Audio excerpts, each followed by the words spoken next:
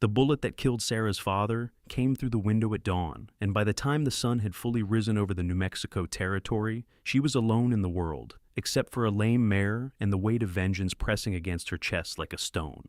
It was September of 1881, and Sarah Mitchell had just turned 22 years old, 3 days before her father took his last rattling breath in her arms.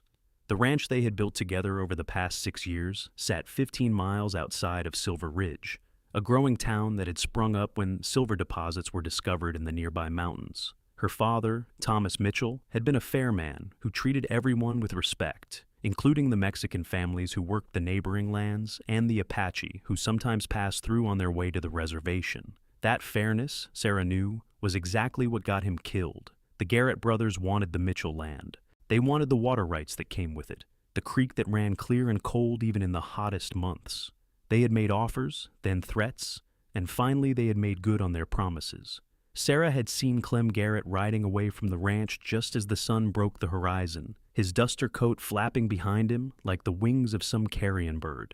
She spent the morning digging her father's grave in the hard earth behind the house, her hands blistering and bleeding as she worked. She wrapped him in his best blanket and said words over him that she barely remembered afterward. Then she went inside, changed into her riding clothes, strapped her father's gun belt around her waist, and saddled Juniper, her 7-year-old chestnut mare.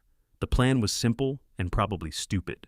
She would ride into Silver Ridge, find the sheriff, and tell him everything. If the sheriff would not listen because the Garretts had money and influence, she would make sure everyone in town heard her story. She would stand in the middle of the street and shout it if she had to. Her father deserved justice, and she would not let his death mean nothing. But Juniper had other ideas. 5 miles from town, just as the sun began its descent toward the western horizon and the sky turned the color of peaches and blood, the mare began to favor her right foreleg. Sarah dismounted immediately, her heart sinking as she ran her hands down Juniper's leg and felt the heat in the fetlock. Not broken, thank God, but a bad sprain that would only get worse if she continued riding. No, no, no, Sarah whispered, fighting back tears that had nothing to do with the horse and everything to do with the day she had endured. Please, girl, not now. She looked around at the landscape surrounding her. The road was little more than a dirt track cutting through scrubland dotted with pinon and juniper trees. The sun was dropping faster now, painting long shadows across the earth. She could see the distant lights of Silver Ridge beginning to flicker on, tiny pinpricks in the gathering dusk. 5 miles might as well have been 50 if she was on foot and leading a lame horse. Sarah took a deep breath and started walking, leading Juniper carefully, trying to keep weight off the injured leg. The gun belt felt heavy on her hips, and her father's pistol bumped against her thigh with each step. She had maybe an hour of good light left, perhaps another hour of twilight after that. Then it would be dark, and the road between here and town was not a safe place for a woman alone at night. She had heard the stories. Everyone had. She had walked perhaps half a mile when she heard the sound of hoofbeats behind her. Sarah's hand went instinctively to the pistol, and she turned, positioning herself so that Juniper was not between her and whoever was coming. Her heart hammered in her chest. If the Garretts had sent someone to finish what they started, she would not go down without a fight. But the rider who came into view was not one of the Garrett brothers or their men. He was a stranger, tall in the saddle, riding a sturdy-looking buckskin gelding. He slowed as he approached, and Sarah could see him taking in the situation, with quick, intelligent eyes. He was probably in his mid-20s, with dark hair that needed cutting, and several days' worth of beard stubble on his jaw.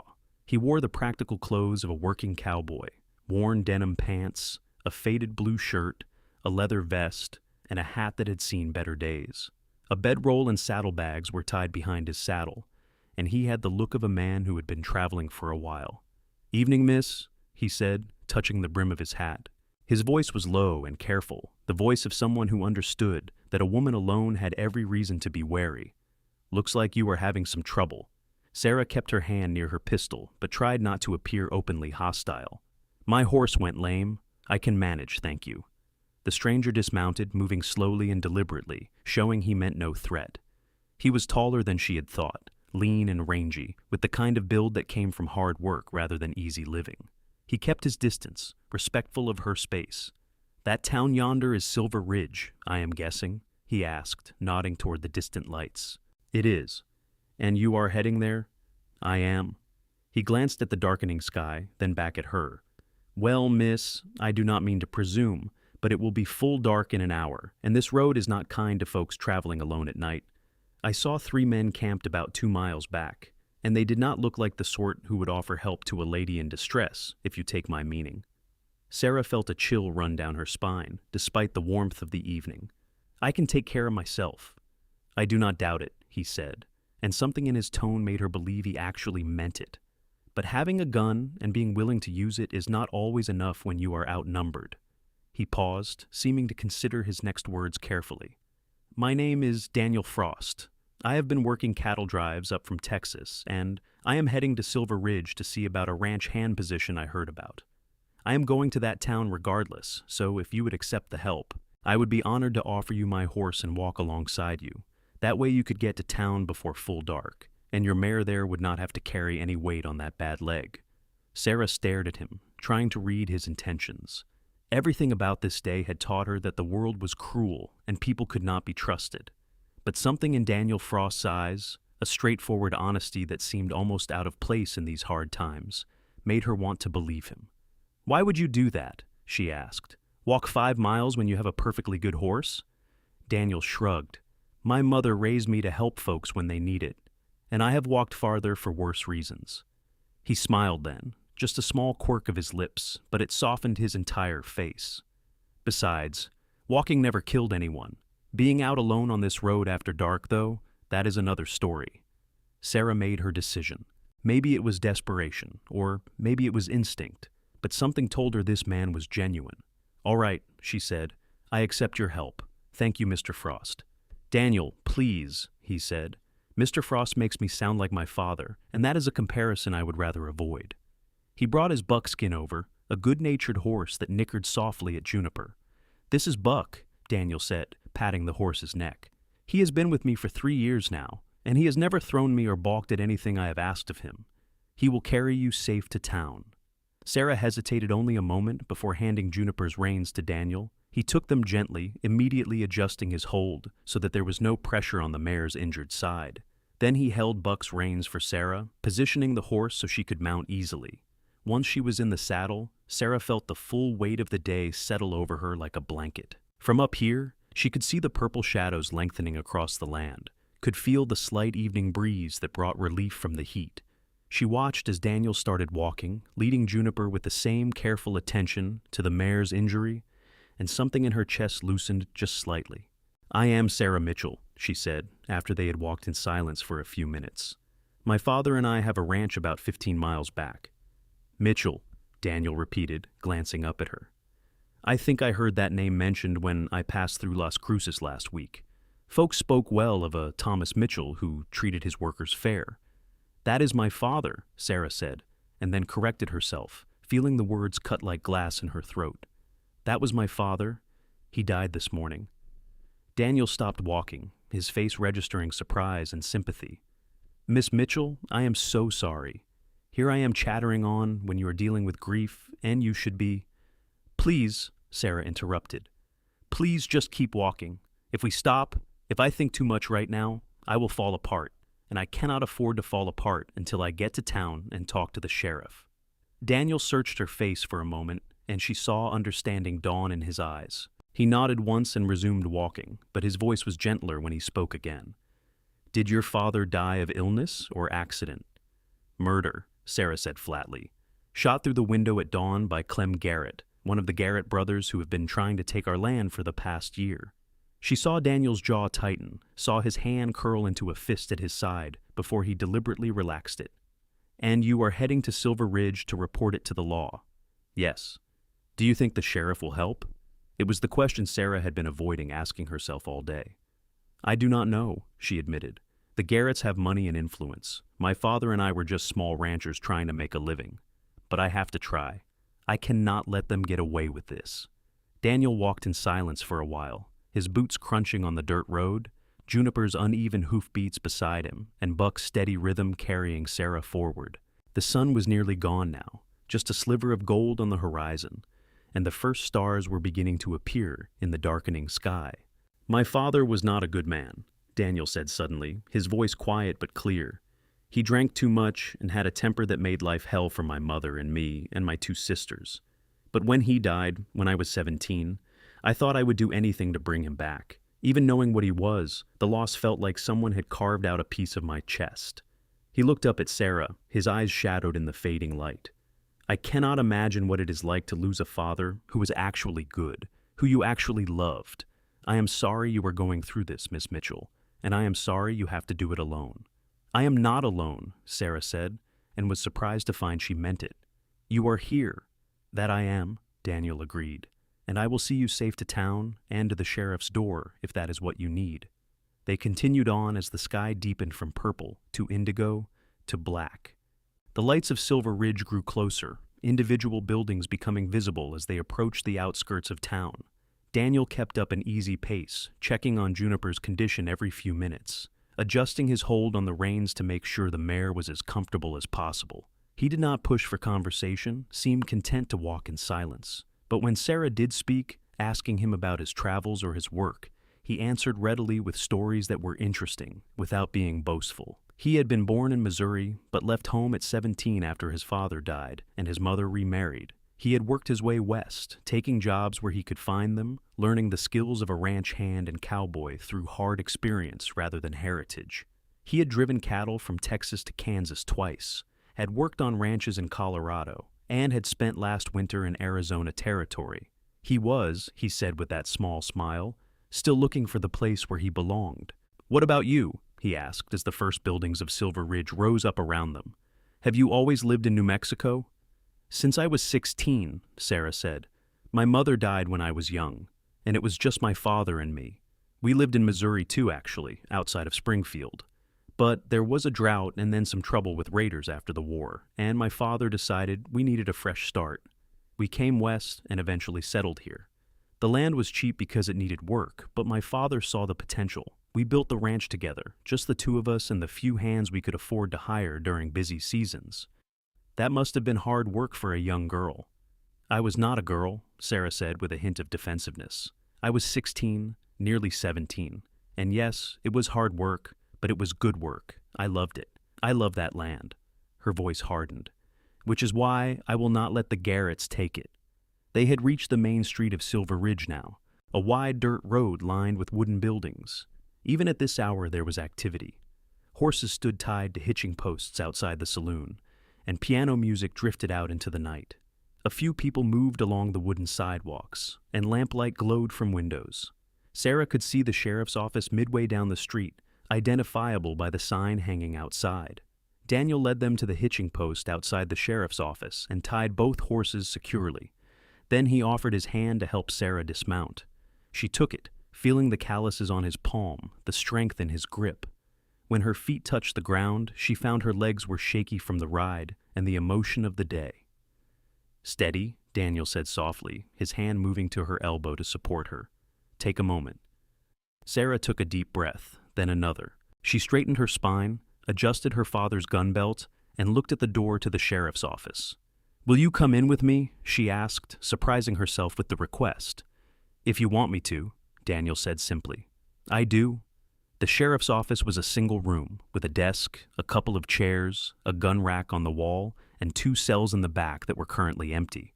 The sheriff himself was a man in his 50s, with a thick mustache and tired eyes. He looked up when Sarah and Daniel entered, his gaze moving from Sarah's face to her gun belt to Daniel beside her. "Help you folks?" he asked, his tone wary. "My name is Sarah Mitchell," she said, forcing her voice to stay steady. "My father, Thomas Mitchell, was murdered this morning at our ranch. I saw the man who did it. It was Clem Garrett." The sheriff's expression shifted through several emotions: surprise, discomfort, and something that might have been resignation. He leaned back in his chair and sighed. "Miss Mitchell, that is a serious accusation." "It is the truth," Sarah said. "I saw him riding away from the ranch just as the sun rose. When I went inside, I found my father dead, shot through the window. The Garretts have been threatening us for months, trying to force us to sell our land. My father refused, and now he is dead." "Did you actually see Clem Garrett shoot your father?" the sheriff asked. "No, but I saw him leaving right after it happened, and—" "Then you do not have proof," the sheriff interrupted. Miss Mitchell, I understand you are grieving, but you cannot go around accusing prominent citizens of murder without proof. Prominent citizens, Sarah repeated, anger flaring hot in her chest. They are land thieves and murderers. That is enough, the sheriff said sharply. I am sorry for your loss. Truly I am. Your father was a good man, but unless you have actual evidence, there is nothing I can do. The Garrett brothers are respected ranchers in this area. I cannot just haul one of them in based on the word of a grief-stricken young woman who admits she did not actually witness the crime. Sarah felt the world tilt beneath her feet. This was what she had feared. What she had known deep down was likely to happen, but hearing it stated so bluntly was still a shock. So that is it? She said, her voice shaking. My father is dead, and his killers just walk free. I will look into the matter, the sheriff said, but his tone suggested he would do nothing of the sort. In the meantime, I suggest you go home and make arrangements for your father's burial. Do you have family who can help you? I already buried him, Sarah said, and I have no family. It was just us. For the first time, the sheriff looked genuinely uncomfortable. Well, you should still go home. A young woman has no business in town alone at night. She is not alone, Daniel spoke up for the first time, his voice calm but carrying an edge of steel. I will make sure Miss Mitchell gets settled safely. The sheriff looked at Daniel with narrowed eyes. And who are you? Daniel Frost. I am new to this area, but I have been around long enough to know when a lawman is not interested in doing his job. The sheriff's face flushed red. You watch your mouth, stranger. I do not need some drifting cowboy telling me how to handle the law in my town. Then handle it, Daniel said evenly. A man was killed. His daughter is here asking for help. Seems pretty straightforward to me. For a moment, Sarah thought the sheriff might actually do something, might rise from his chair and confront Daniel, but instead, he just waved his hand dismissively. Get out of my office, both of you, and Miss Mitchell, I am warning you. Do not go spreading accusations around town. That is slander, and you could find yourself in legal trouble. Sarah wanted to scream, wanted to pull her father's pistol and force the sheriff to listen. But Daniel's hand touched her elbow again, gentle but insistent. Come on, he said quietly. There is nothing more to be done here tonight. She let him guide her out of the office, back into the night air that suddenly felt cold despite the lingering warmth of the day. She stood on the wooden sidewalk, trembling with rage and grief and helplessness. I am sorry, Daniel said. I had hoped he would be more help. You knew he would not be, Sarah said. It was not an accusation, just a statement of fact. I suspected, Daniel admitted. Men like the Garretts usually have lawmen in their pockets. But I had to hope I was wrong. Sarah closed her eyes, trying to think through the anger fogging her brain. I do not know what to do now. First thing is to get you fed and find you a place to stay tonight, Daniel said practically. When is the last time you ate? Sarah tried to remember and could not. Sometime yesterday, maybe. The thought of food made her stomach turn. I am not hungry. You need to eat anyway, Daniel said firmly. You have been through hell today, and you need to keep your strength up. Let me take care of the horses first, get them settled at the livery, and then we will find you a meal and a hotel room. I cannot afford a hotel, Sarah said, the reality of her situation starting to sink in. She had a little money saved, but not much. And now she was alone with a ranch to run, and no idea how she was going to manage any of it.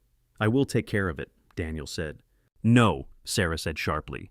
You have already done too much. You gave me your horse and walked 5 miles. I will not take your money too.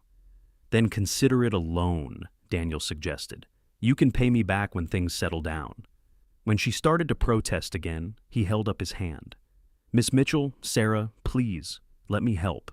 You do not have to do everything alone. The kindness in his voice, after the sheriff's dismissal and the horrible day she had endured, was almost too much. Sarah felt tears prick her eyes and blinked them back furiously. Why are you being so nice to me? You do not even know me. Because you need help, Daniel said simply. And because I think if our positions were reversed, you would do the same for me. He smiled slightly. Am I wrong? Sarah found herself almost smiling back despite everything. No, you are not wrong. All right then. The livery stable was at the end of town, a large barn structure with corrals attached. The owner was an older Mexican man named Señor Vasquez, who took one look at Juniper's leg and immediately began preparing a poultice. He and Daniel discussed the mayor's treatment while Sarah stood by, too tired to do much more than nod when asked questions. Senor Vasquez assured her that with rest and proper care, Juniper should recover fully in a week or two. After the horses were settled, Daniel led Sarah to a small restaurant attached to one of the hotels. It was a modest place but clean, with checkered tablecloths and the smell of cooking meat and fresh bread. Daniel ordered for both of them, beef stew and cornbread and coffee, and when the food arrived, Sarah found that she was actually hungry after all. They ate in silence for a while, the restaurant quiet except for the clink of cutlery and the murmur of a few other late diners. Sarah felt some of her strength returning with the food, felt her mind starting to work again, beyond the fog of grief and rage. "I am not giving up," she said suddenly.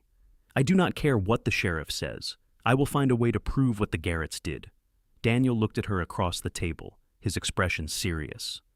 "That could be dangerous. If they killed your father to get your land, they will not hesitate to come after you too." "I know," Sarah said, "but what else can I do? Run away and let them win?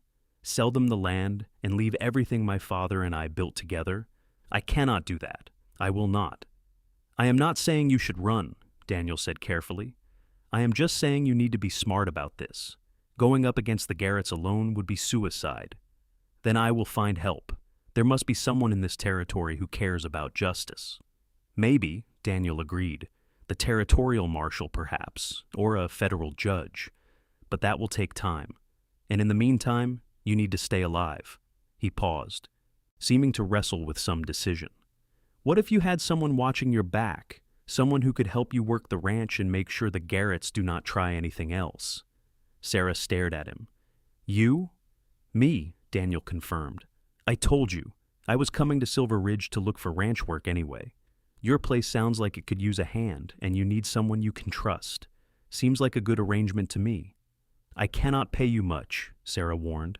"Money is tight, and with my father gone, I do not know how I am going to manage the ranch at all." "We will figure it out," Daniel said.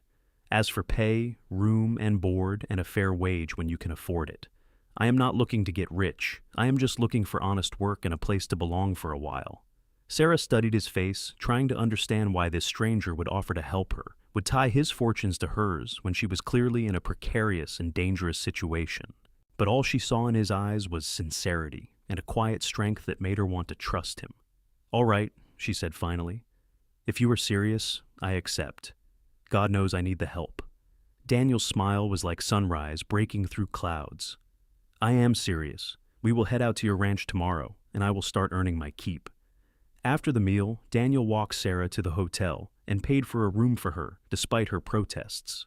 He promised to sleep in the livery with the horses, said he had done it plenty of times before and preferred it to most hotels anyway. Sarah was too exhausted to argue further. She bid him good night and climbed the stairs to her room, a small space with a single bed and a washstand, but it felt like luxury after the day she had endured. She lay down on the bed fully clothed, her father's gun belt still strapped around her waist, and stared at the ceiling. Everything had changed in a single day. This morning, she had been a daughter, part of a team, working toward a future she and her father had planned together. Now she was alone, hunted by powerful men, with nothing but a lame horse and the help of a stranger who had appeared out of nowhere, like some kind of answer to a prayer she had not known she was praying. She thought about Daniel Frost, about his kind eyes and steady hands, about the way he had walked 5 miles without complaint so she could ride his horse.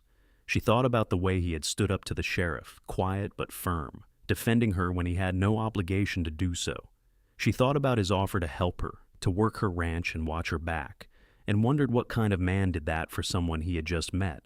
Tomorrow she would have to be strong. Tomorrow she would have to face her ranch without her father, would have to figure out how to survive and how to fight back against the Garretts. But tonight, for just a few hours, she let herself feel the grief she had been holding back all day. She cried into the thin hotel pillow, mourning her father and the life that had been stolen from both of them, until finally, exhausted, she fell into a dreamless sleep. She woke to bright sunlight streaming through the window and the sound of wagons and voices in the street below. For a moment, she forgot where she was and what had happened, and then it all came crashing back. She sat up, her body aching from the previous day's labor and emotion. and saw that someone had slipped a note under her door. She picked it up and recognized Daniel's handwriting, neat and precise despite what must have been difficult circumstances for writing. "Miss Mitchell, I am at the livery. Take your time this morning. When you are ready, we will have breakfast and then head to your ranch. Juniper is doing better. Her leg looks less swollen today. Daniel." Sarah folded the note and tucked it into her pocket, feeling that strange loosening in her chest again. That sense that maybe, just maybe, she was not entirely alone in this fight. She washed her face in the basin, braided her hair, and headed downstairs. Daniel was waiting for her outside the hotel, leaning against the hitching post with Buck's reins in his hand.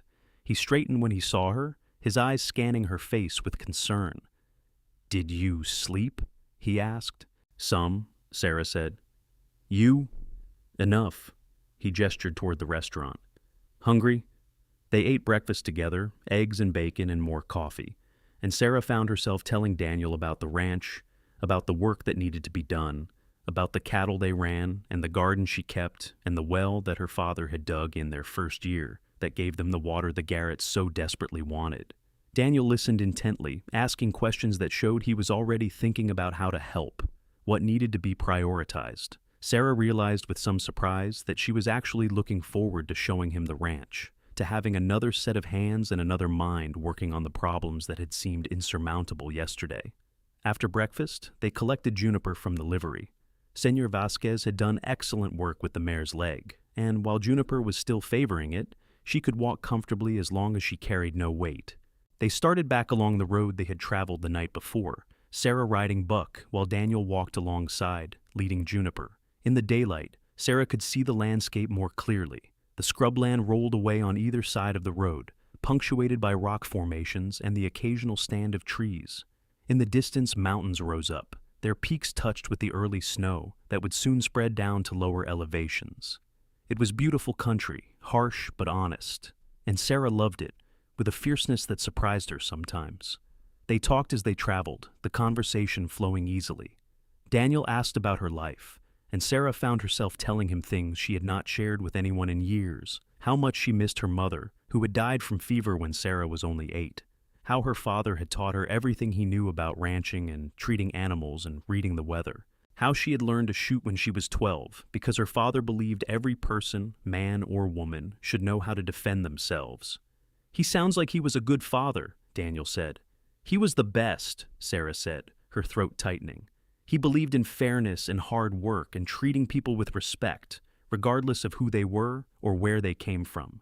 That is why the Mexican families in the area loved him, and why the Apache trusted him when they had problems with other ranchers. He was just a good man, and good men should not die the way he did." "No," Daniel agreed quietly, "they should not." They reached the turnoff to the Mitchell Ranch just after noon, following a smaller track that led through a natural canyon and opened up into a valley. Sarah's heart always lifted when she came to this spot, where she could see the ranch spread out below, the house her father had built with his own hands, sturdy and square with a wide porch, the barn and corrals, the creek that wound through the property like a silver ribbon, the cattle grazing in the pasture beyond. But today her heart sank as well, because she knew her father would not be standing on the porch to welcome her home. She would not hear his voice calling out to her, would not see his smile or feel his hand on her shoulder. The ranch was still here, but it was empty now, in ways that had nothing to do with buildings or land. Daniel was quiet as they approached, and Sarah appreciated that he did not try to fill the silence with meaningless words. He seemed to understand that some moments required quiet. She dismounted in front of the house and stood for a moment, gathering her courage. The window where the bullet had come through had been shattered, and she had covered it with a board before leaving yesterday. She would need to replace it properly, add it to the growing list of things that needed to be done. "Show me around?" Daniel asked gently. Sarah nodded and began the tour. She showed him the house first, small but comfortable with 2 bedrooms, a main room with a fireplace and kitchen area, and a cellar for storage. She pointed out the broken window, explained what had happened, and saw Daniel's jaw tighten again with anger. Then she showed him the barn, which needed some repairs to the roof, and the corrals, which were solid. She introduced him to their milk cow, Bessie, and the chickens that scratched around the yard. She walked him out to the pasture, where their small herd of cattle grazed, 20 head that represented their livelihood. It is not much, Sarah said as they stood looking out over the property. But it is ours. It is built with our sweat and blood, and I will not let anyone take it. It is a good setup, Daniel said, and she could hear the approval in his voice. Your father knew what he was doing. With some work and good management, this place could support a family comfortably. He glanced at her. You have been doing most of the work yourself since you got here? My father and I worked together, Sarah said. We hired extra hands during branding and roundup, but day to day it was just us. I can do most of what needs doing. I just never thought I would have to do it alone. You are not alone anymore, Daniel reminded her. I meant what I said. I am here to help however I can. Over the next few days, Daniel proved those words true.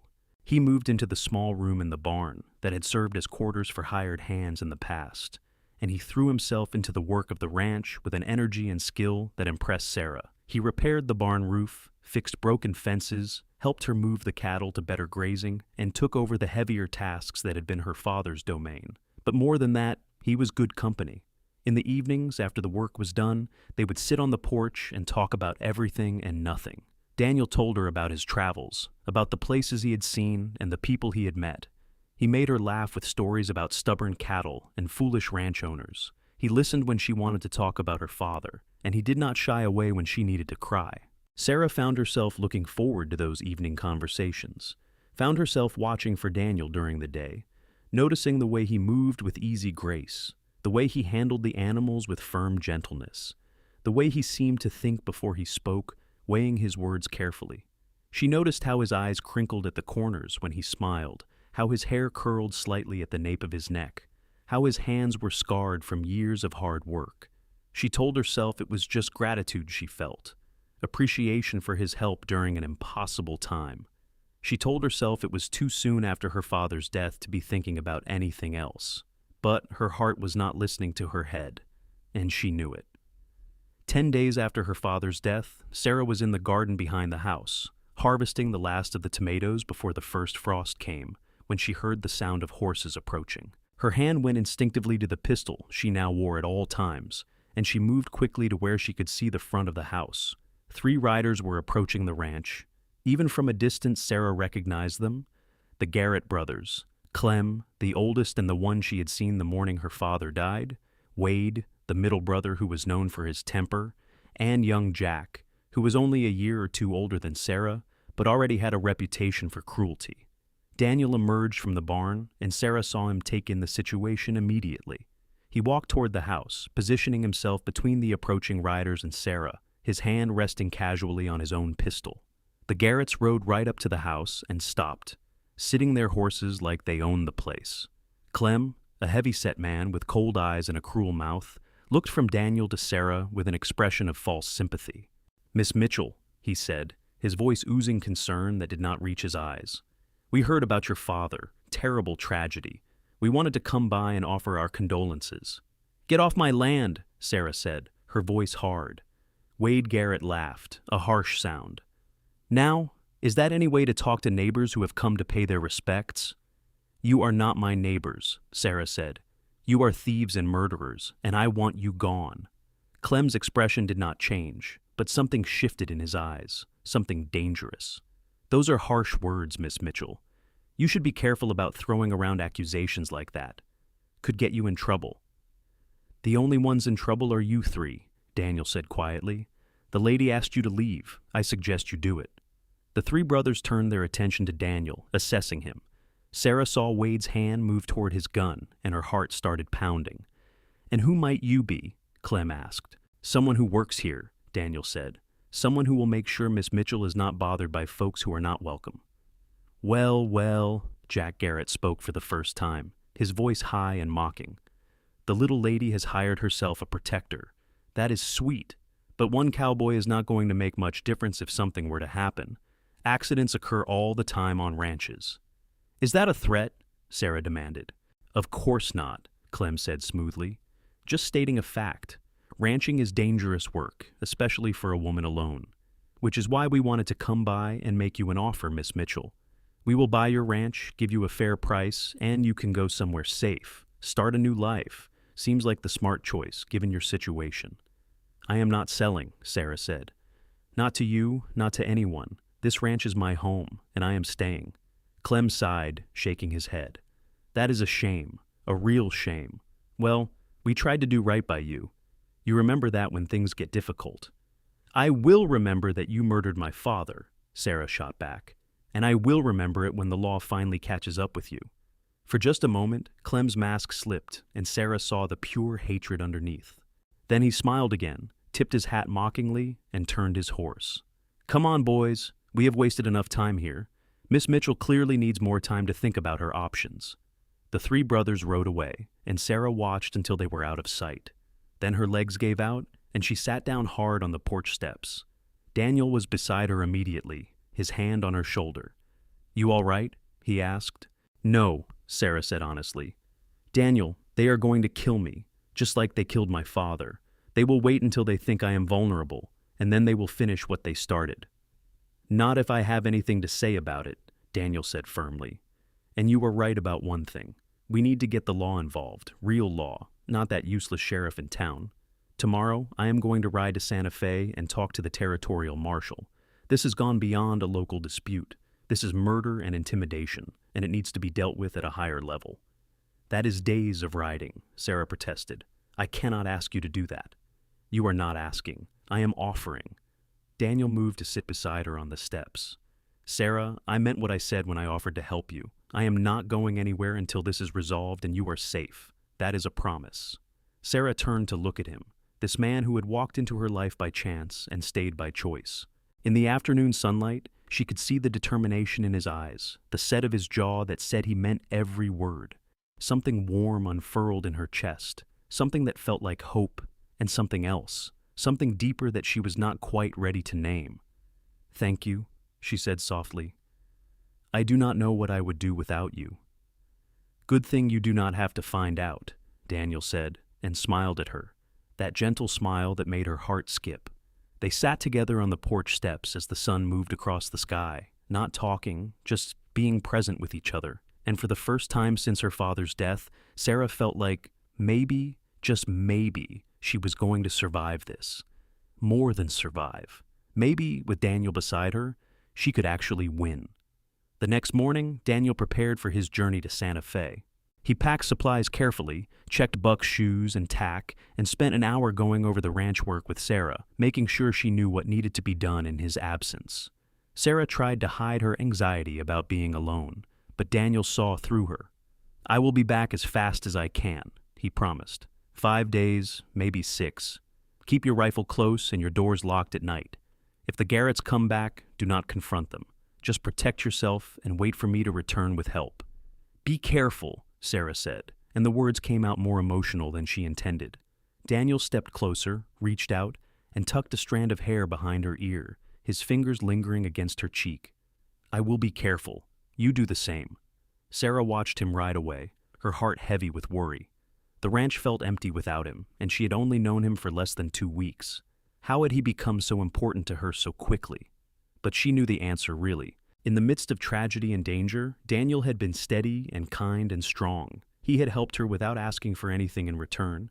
He had made her laugh when she thought she would never laugh again. He had made her feel safe when everything else was falling apart. And somewhere along the way, she had started to fall in love with him.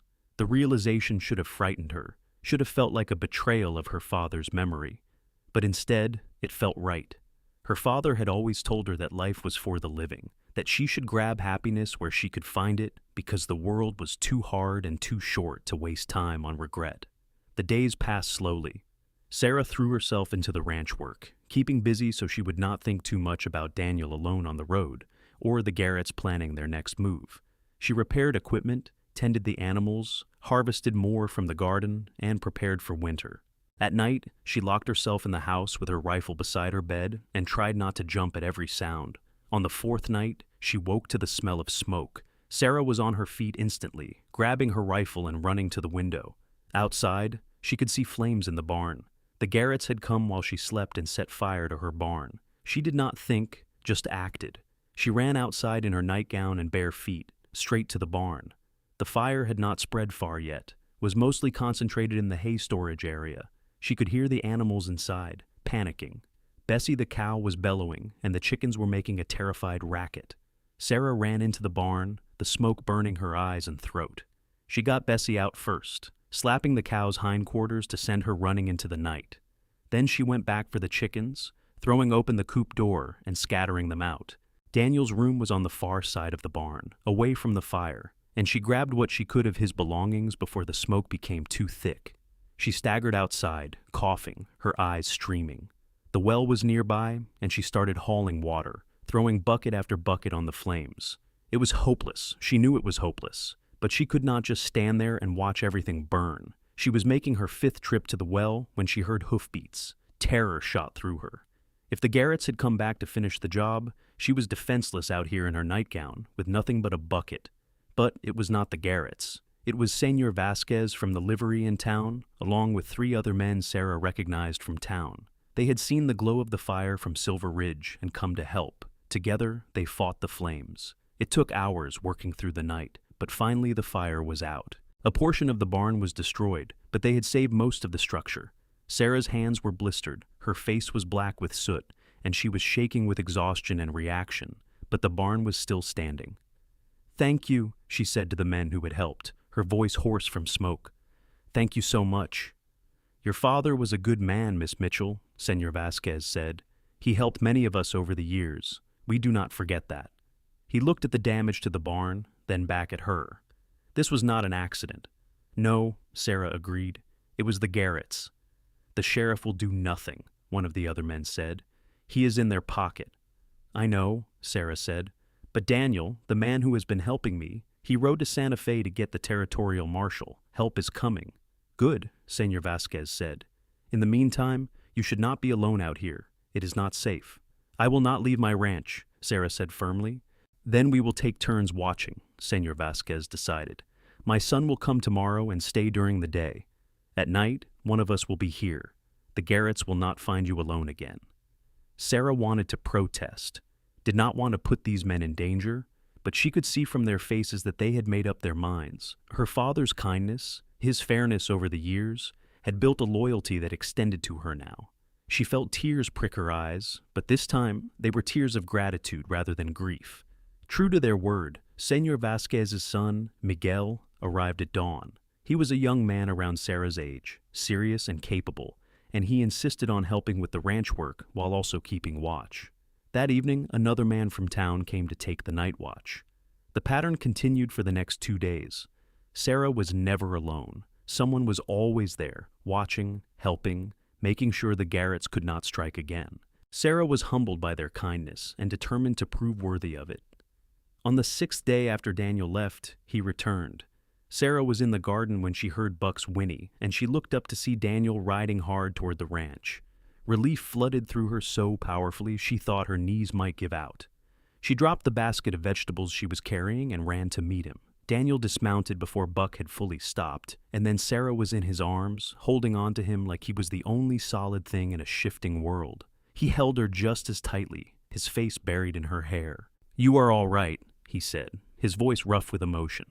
"Thank God you are all right. I saw the damage to the barn from the road and thought—" "The Garretts set it on fire," Sarah said, pulling back slightly to look at his face. "But people from town came to help. We saved most of it. I am fine, Daniel. I am fine." He cupped her face in his hands, his thumbs brushing her cheeks. "I should not have left you alone. I should have—" "You did exactly what needed to be done," Sarah interrupted. "Did you find the marshal?" "I did," Daniel said, "and he is coming. He will be here in 2 days with deputies. I told him everything, and he said if there is evidence of murder and arson, he will arrest the Garretts regardless of their money or influence." He smiled then, tired but triumphant. "We are going to get justice for your father, Sarah. Real justice."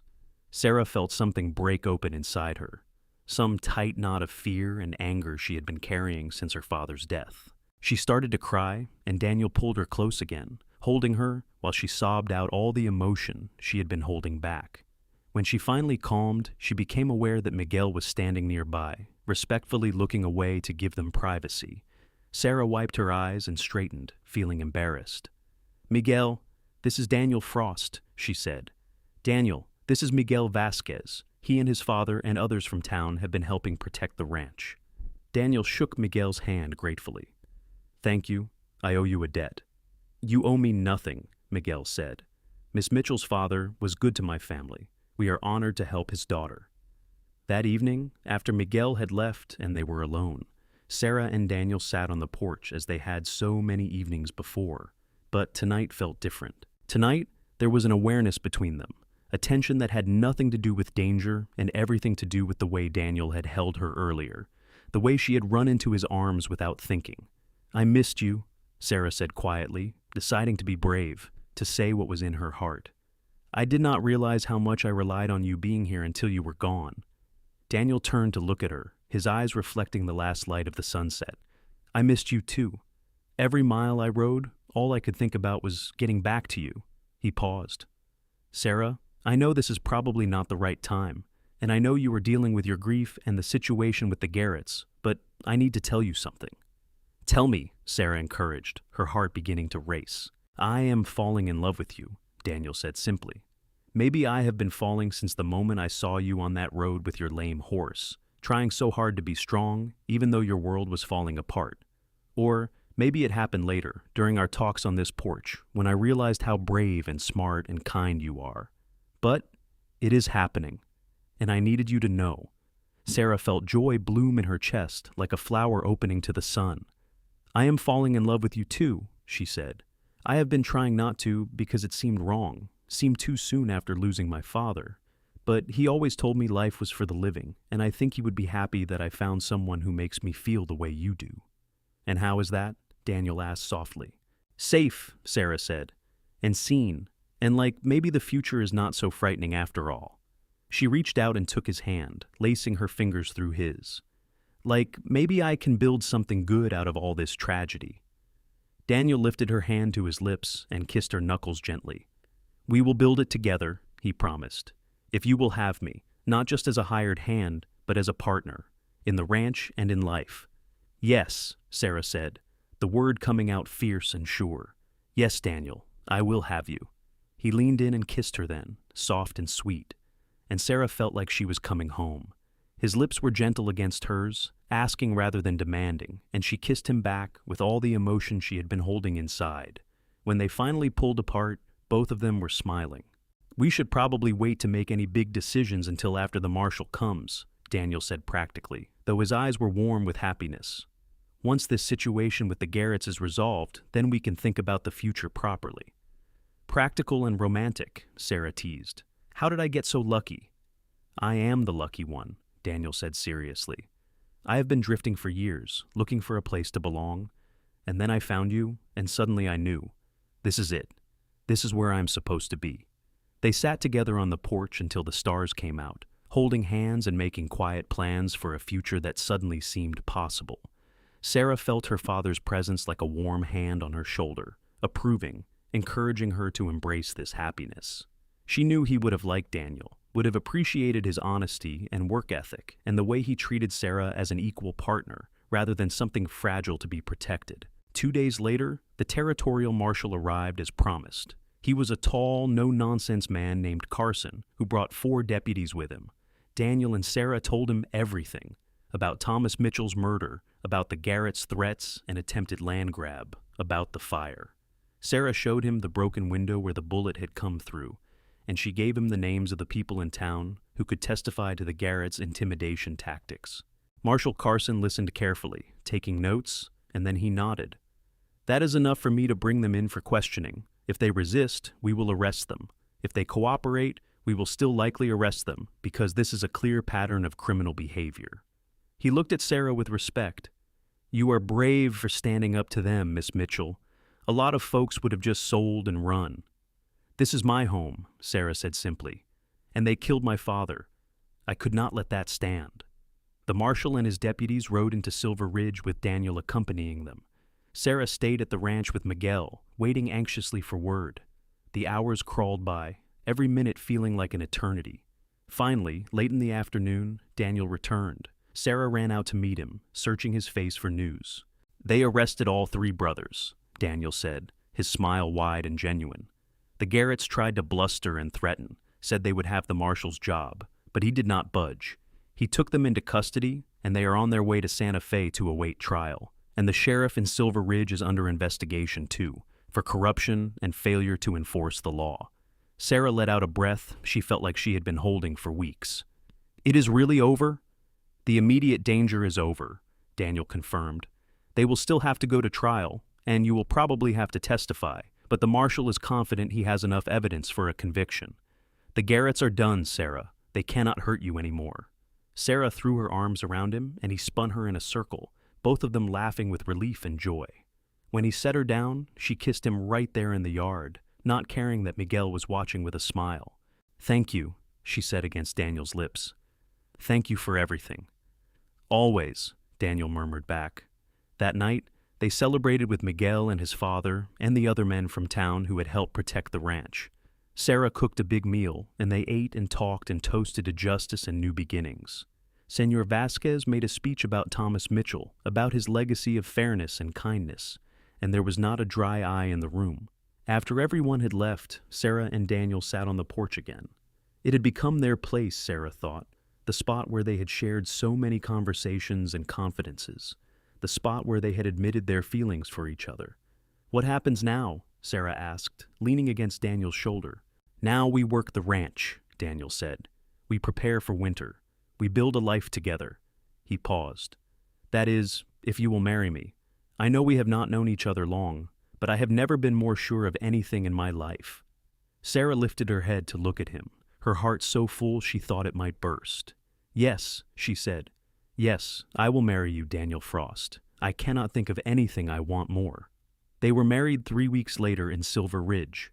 It was a small ceremony at the church, with Senor Vasquez and his family and a few other friends from town in attendance. Sarah wore a simple dress she had made herself, and Daniel wore his best clothes, his hair neatly trimmed and his face freshly shaven. Miguel stood as Daniel's best man, and Senor Vasquez walked Sarah down the aisle in place of her father. As she stood at the altar saying her vows, Sarah felt her father's presence again, felt his approval and love surrounding her. She knew he would be happy for her, would be glad she had found someone good and true to share her life with. After the ceremony, they had a small celebration at the restaurant, where she and Daniel had shared their first meal together. Then they rode back to the ranch, to the home that was now theirs together. The autumn turned to winter, and the first snows came to the New Mexico mountains. Sarah and Daniel worked together to prepare the ranch for the cold months, making repairs to the barn, stocking supplies, moving the cattle to winter pasture. They fell into an easy partnership, each complementing the other's strengths, learning to anticipate what the other needed.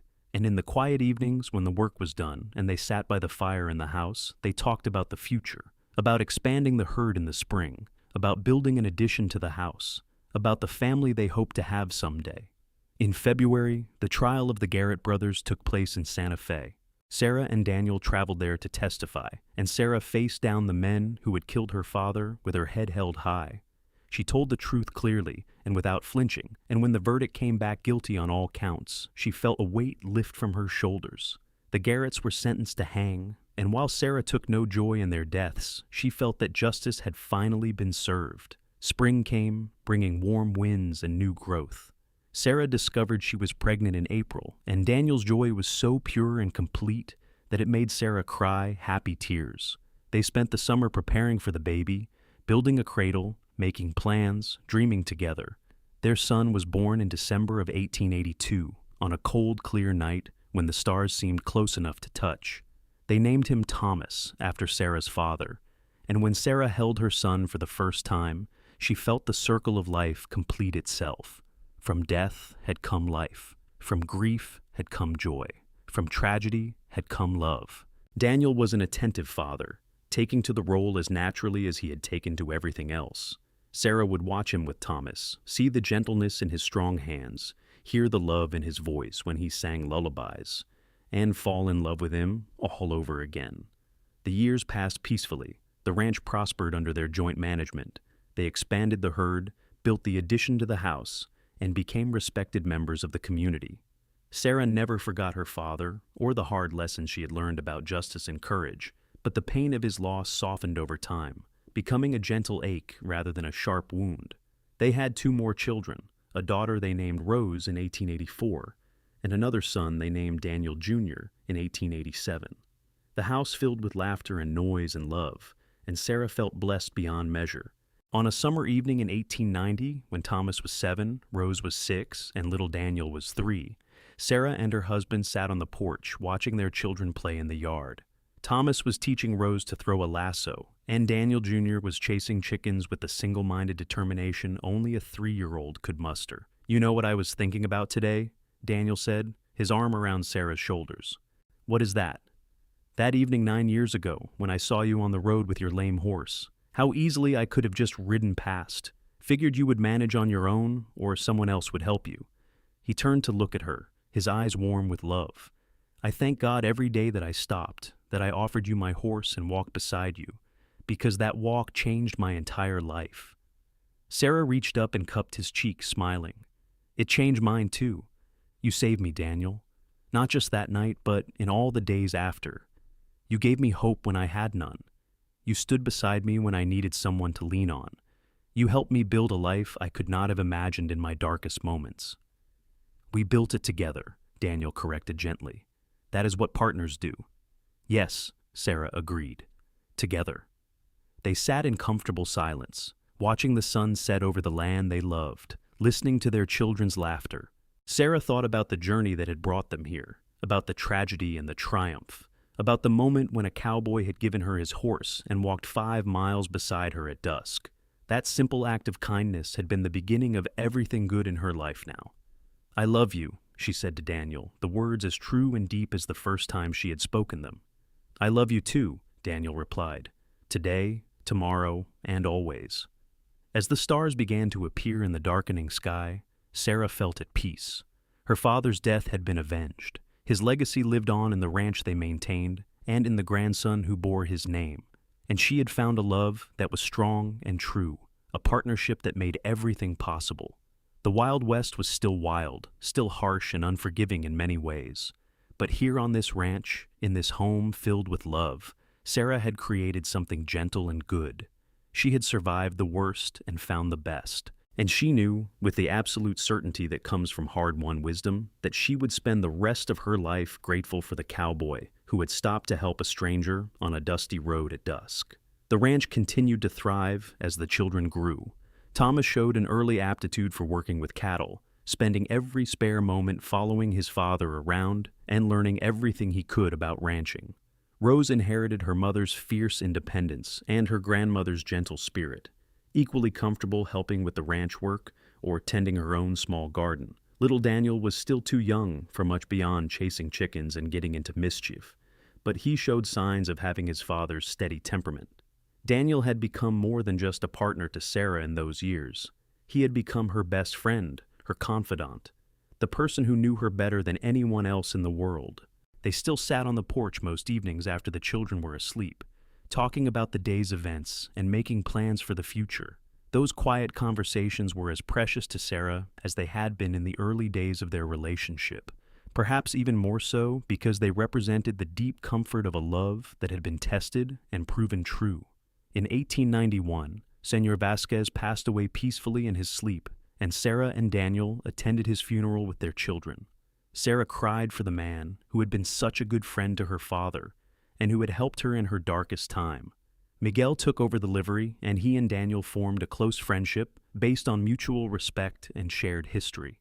The following year brought drought to New Mexico territory.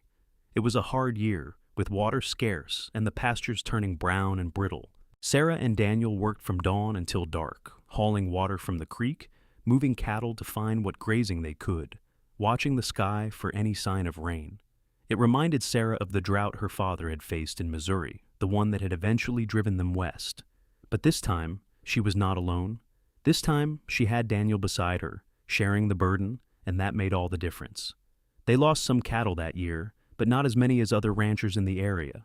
The creek on their property, the one her father had chosen the land for, the one the Garretts had killed for, continued to flow even when other water sources dried up. Sarah thought about her father often during those hard months, about his wisdom in choosing this particular piece of land, about the legacy he had left her that went far beyond mere property. When the rains finally came in the autumn, Sarah stood in the downpour with her face turned to the sky, laughing with relief. Daniel found her there and swept her into his arms, both of them getting soaked to the skin, both of them giddy with the simple joy of water falling from the heavens. "We made it," Sarah said, clinging to him. "We survived." "We always do," Daniel replied, kissing her wet face. "Together, we can survive anything." The children grew and changed. Thomas turned 10 in 1892 and announced he wanted to be a rancher like his father and grandfather. Daniel began teaching him more advanced skills, trusting him with greater responsibilities. Rose, at 8, declared she wanted to be a teacher and began pestering her mother to teach her more advanced reading and writing. Sarah, who had been well educated by her father, gladly took on the role of teacher. Young Daniel, at 5, was still mostly interested in playing, but he showed early signs of having a way with horses. He was fearless around even the largest animals, and they seemed to sense his good nature and respond to it. Daniel Sr. predicted his youngest son would be a horse trainer someday. In the spring of 1893, Sarah discovered she was pregnant again. It was unexpected, as she had assumed her childbearing years were behind her, but she was delighted nonetheless. Daniel was concerned about her health, as she was now 34, and this would be her 4th child. But Sarah reassured him she felt strong and healthy. Their daughter was born in November of 1893, a tiny, perfect baby, with her father's dark hair and her mother's green eyes. They named her Grace, because that was what she felt like, a gift of grace from God, unexpected and precious. As Sarah held her newborn daughter, with Daniel sitting beside her on the bed and their 3 older children crowded around to see their new sister, she felt a profound sense of completeness. This was her family. This was the life she had built from the ashes of tragedy. And it was good. The 20th century approached, bringing changes to the West. The frontier was officially closed, the wild days giving way to more settled times. Silver Ridge grew into a proper town, with a school and a new church and even a bank. The railroad came through in 1897, connecting their area more directly to the rest of the country. But on the Mitchell Ranch, some things remained constant. The land was still beautiful and harsh, demanding hard work and respect. The cattle still needed tending, the crops still needed planting and harvesting. The seasons still turned with their ancient rhythm. And Sarah and Daniel still sat on the porch in the evenings, still held hands and talked, and watched the stars come out. Thomas took over more of the ranch work as he grew into a strong, capable young man. At 16, he was as good a cattleman as any adult, and he had inherited both his grandfather's fairness and his father's steady temperament. Rose excelled in the small school in Silver Ridge and began helping the teacher with the younger students, preparing for the day when she could become a teacher herself. Young Daniel, at 11, was indeed proving to have a gift with horses, able to gentle even the most stubborn animals. And Grace, at 5, was the light of everyone's life, charming and sweet-natured. In 1899, Sarah's story took an unexpected turn when a journalist from back east arrived in Silver Ridge. He was writing a book about the closing of the frontier and wanted to interview people who had lived through the wild days. Someone in town mentioned Sarah's story, and the journalist sought her out. Sarah was reluctant at first, not wanting to relive those painful days when her father was killed. But Daniel encouraged her to tell her story, said it was important that people remember the truth about the West, both the good and the bad. So, Sarah sat with the journalist on her porch and told him everything.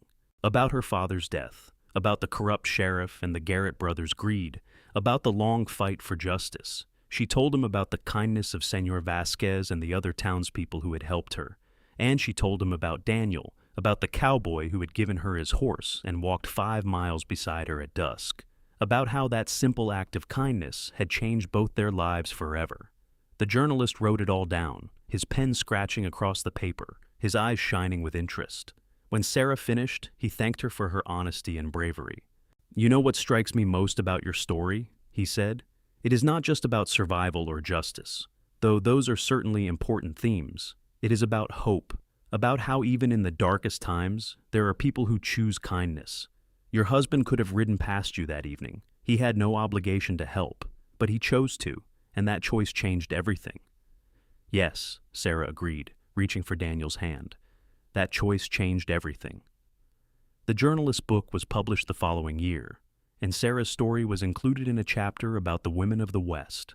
Copies made their way back to Silver Ridge, and Sarah found herself something of a local celebrity for a while, which made her uncomfortable. She had never wanted fame or recognition. She had just wanted to live her life, raise her family, and work her land in peace. But she was gratified that her father's story was now part of the historical record, that Thomas Mitchell's name and legacy would be remembered beyond just the local community. And she was touched by the letters she received from women across the country, thanking her for sharing her story, saying it had inspired them in their own struggles. The new century brought more changes. Automobiles began to appear occasionally in Silver Ridge, loud contraptions that scared the horses and fascinated the children. The telegraph connected them to the wider world in ways that seemed miraculous to Sarah, who still remembered when a letter took weeks to arrive. The ranch installed a windmill for pumping water, modern technology that made the work easier. But some things remained timeless. The love between Sarah and Daniel, tested and proven over nearly 2 decades, was as strong as ever. They were partners in every sense, making decisions together, supporting each other through challenges, celebrating victories side by side. The physical passion between them had mellowed into something deeper and more comfortable, but the love was still there, still vibrant, still the foundation of everything they had built. In 1902, Thomas married a young woman from town named Elizabeth, a practical, hard-working girl who fit seamlessly into the ranch life. Sarah helped them build a small house on the eastern edge of the property, wanting to keep her son close but respecting his need for independence. When Elizabeth became pregnant the following year, Sarah was thrilled at the prospect of becoming a grandmother. Her first grandchild, a boy they named Thomas Jr., was born in early 1904. Sarah held her grandson and thought about the cycle of life, about how her father's name was being passed down through generations, how the legacy continued. She wished her father could have met his great-grandson, could have seen how his blood and his values lived on in this new life.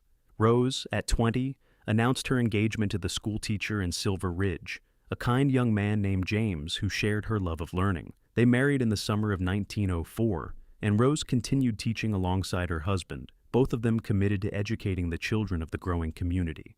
Young Daniel, at 17, took a job at Miguel's livery, officially becoming a horse trainer and earning a reputation throughout the territory for his skill. He was courting a girl from a neighboring ranch, and Sarah suspected another wedding would be in her future soon. Only Grace, at 11, was still at home, still a child.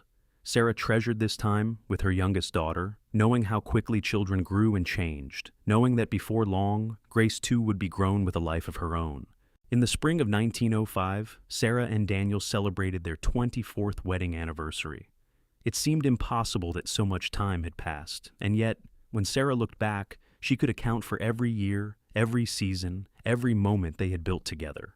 They held a party at the ranch, inviting family and friends to celebrate with them. Thomas and Elizabeth came with little Thomas Jr., now a toddling 1-year-old. Rose and James came from town. Young Daniel brought his sweetheart, confirming Sarah's suspicion that an engagement was imminent. Miguel came with his wife and children. The house and yard were full of people and laughter and love. As the sun began to set and the party was winding down, Sarah and Daniel slipped away to their porch, seeking a few moments of quiet together. They sat in their usual spots, hands clasped between them, watching the sky turn gold and orange and purple. 24 years, Sarah said softly. Sometimes it feels like yesterday that we met, and sometimes it feels like I have known you my entire life. I was just thinking the same thing, Daniel said. He lifted her hand to his lips and kissed it, the gesture as tender now as it had been the first time he did it all those years ago. You know what I remember most clearly from that first evening? What? The way you held yourself. So strong, even though I could see you were barely holding together. So brave, even though you had every reason to be afraid. I knew right then that you were someone special, someone worth knowing. He smiled at her, his eyes crinkling at the corners in the way that still made her heart skip.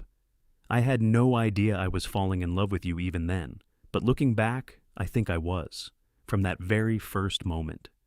Sarah felt tears prick her eyes, but they were happy tears. I am so glad you stopped that evening, so glad you offered to help. If you had just ridden past, my life would have been so different. I could never have ridden past, Daniel said. It was not in me to leave someone in need, especially not you. He pulled her closer, wrapping his arm around her shoulders. Everything I have, everything I am, it all comes back to you. You gave me a home, a family, a purpose. You gave me a reason to stop drifting and start living. And you gave me hope, Sarah replied, leaning into his embrace. When I thought I had lost everything, you showed me there was still good in the world, still kindness, still reasons to keep going. She tilted her face up to look at him. I love you, Daniel Frost. More today than yesterday, more tomorrow than today. I love you too, Daniel murmured and kissed her softly. They sat together as the stars emerged one by one in the darkening sky, as they had sat together countless times before, as they would sit together countless times in the future. The ranch spread out before them, the land they had worked and loved and protected. Behind them, they could hear the sounds of their family preparing to leave, the voices of their children and grandchildren saying goodbyes. This was their legacy, Sarah thought. Not just the land, though that was important. Not just the family, though they were everything. But the love they had built, the partnership they had forged, the way they had turned tragedy into triumph and grief into joy. That was what would endure, what would be passed down through generations. As the years continued to unfold, Sarah and Daniel aged together gracefully. Their hair turned gray, their faces weathered by sun and wind, their bodies slowing down, but their spirits still strong. They handed over more of the ranch work to Thomas and young Daniel, content to advise and help where needed, but no longer carrying the full burden of the operation. They became the patriarch and matriarch of a growing family.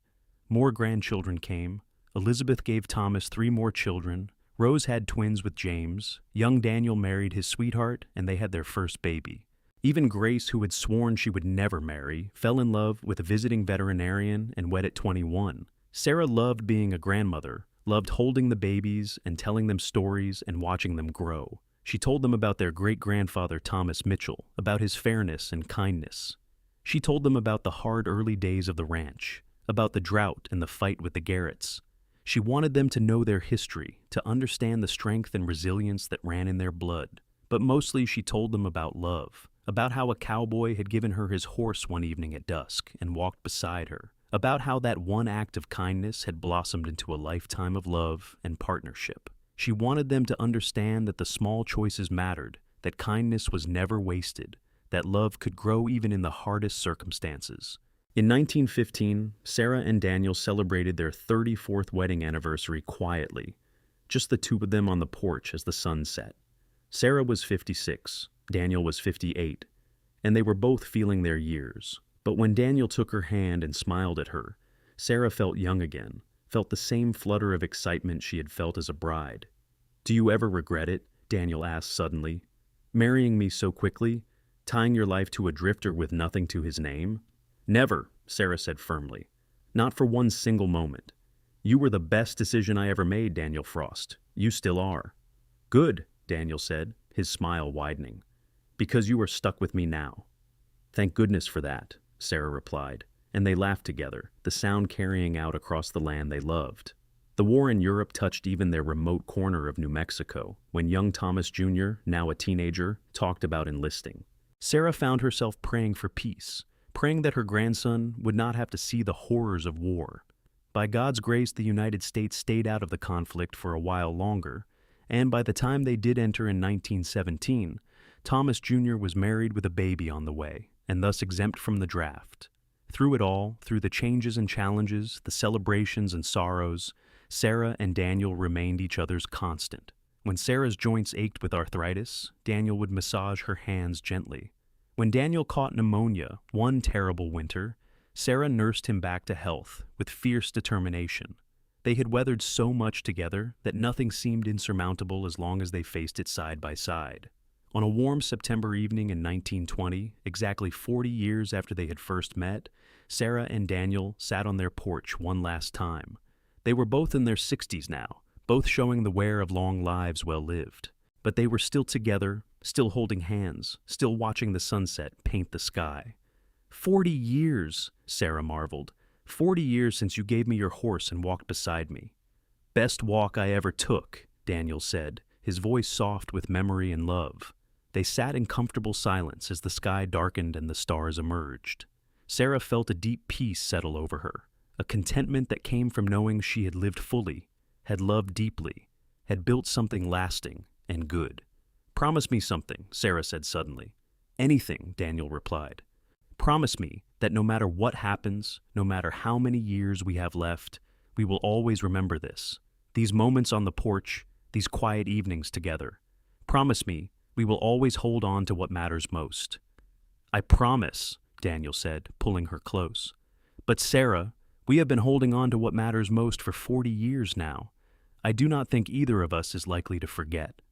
Sarah smiled and rested her head on his shoulder, breathing in the familiar scent of him, feeling the solid warmth of his body beside hers. He was right, of course. Some things became so much a part of you that forgetting them was impossible. They lived 8 more years together, 8 years of quiet joy and deepening love. They watched their grandchildren grow and begin having children of their own. They saw the ranch continue to prosper under Thomas's capable management. They celebrated anniversaries and birthdays and holidays surrounded by family. And every evening that weather permitted, they sat on their porch and watched the sunset together, hand in hand, the way they had done for nearly 50 years. Daniel passed away in his sleep in the spring of 1928, at the age of 71. Sarah woke beside him that morning to find him peaceful and still, a slight smile on his face as if he had died in the middle of a pleasant dream. She held his hand and cried, grieving the loss of her partner, her best friend, her great love. But even in her grief, she felt gratitude. They had been given so much time together, so many years of partnership and love.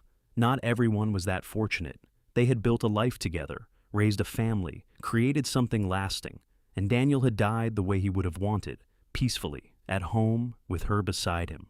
The funeral was huge, with people coming from all over the territory to pay their respects. Daniel had been loved and respected by everyone who knew him, and the line of people wanting to share condolences with Sarah seemed endless. She accepted their kind words with grace, finding comfort in knowing how many lives Daniel had touched. After the funeral, Sarah made a decision. She moved out of the main house and into the small cabin they had built for Thomas and Elizabeth years ago, which was now vacant as they had built a larger house elsewhere on the property. She wanted Thomas and his growing family to have the main house, to continue building the legacy she and Daniel had started. She lived 3 more years, quietly and peacefully.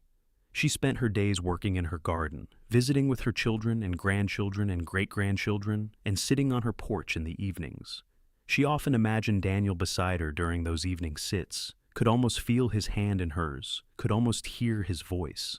On a warm September evening in 1931, 51 years to the day after she first met Daniel on that dusty road, 72-year-old Sarah Mitchell Frost sat on her porch and watched the sunset one last time. She thought about her life, about all the joy and sorrow, the triumphs and tragedies, the love that had sustained her through everything. She thought about her father, long dead but never forgotten, his legacy living on in the ranch and in the values he had instilled in her. She thought about her children and grandchildren and great-grandchildren, the family she and Daniel had created together. She thought about the land spreading out before her, beautiful and harsh and home. But mostly she thought about Daniel, about the cowboy who had given her his horse and walked beside her at dusk 51 years ago. She thought about how that simple act of kindness had changed everything, had given her a life beyond anything she could have imagined in that dark moment when her world was falling apart. As the last light faded from the sky and the first stars appeared, Sarah closed her eyes and smiled. She had lived a good life, a full life, a life rich with love. And now it was time to rest. They found her the next morning, still sitting in her chair on the porch, peaceful and smiling, as if she had simply fallen asleep, watching the stars. The doctor said her heart had simply stopped, worn out after 72 years of beating. But her family knew better. Sarah had not died of a worn-out heart. She had died of a heart that was ready, a heart that had loved fully and completely, and was now ready to be reunited with the man who had captured it 51 years ago on a dusty road at dusk. They buried her beside Daniel on a hillside overlooking the ranch, under a pair of cottonwood trees that rustled in the wind.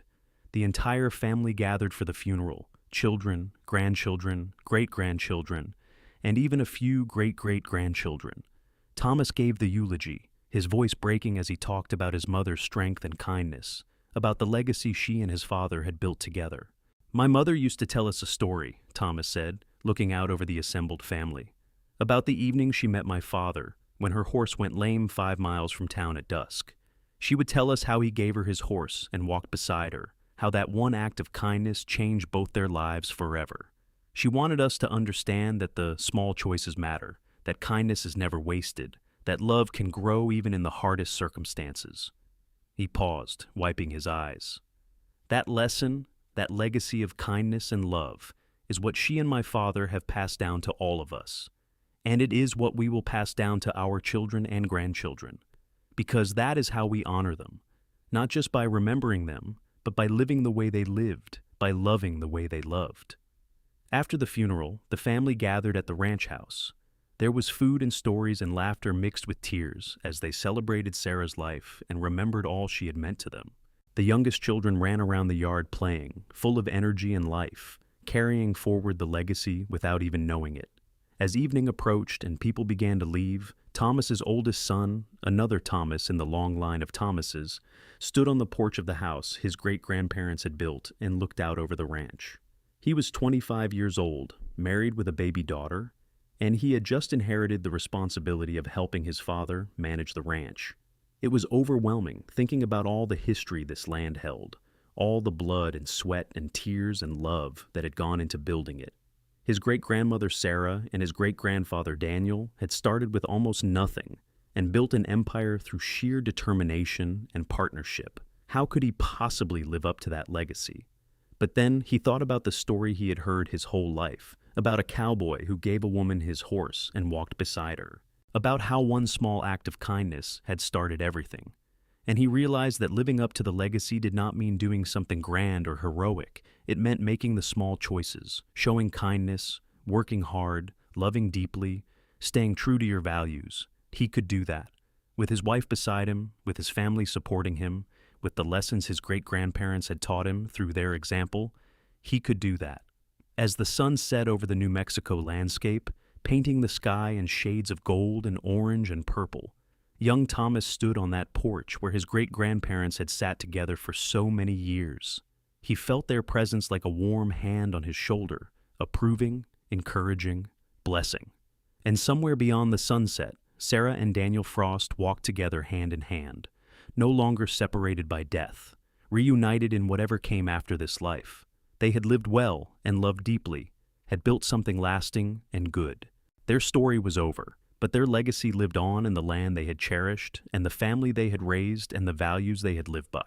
The small choices matter. Kindness is never wasted. Love can grow even in the hardest circumstances. And sometimes, when a cowboy gives a woman his horse and walks beside her at dusk, he is really giving her his heart, his future, and all the love he has to offer. That is a legacy worth remembering. That is a love story worth telling. And that is exactly what Sarah and Daniel's descendants did, passing the story down through generations, keeping alive the memory of the evening that changed everything, the evening when everything began,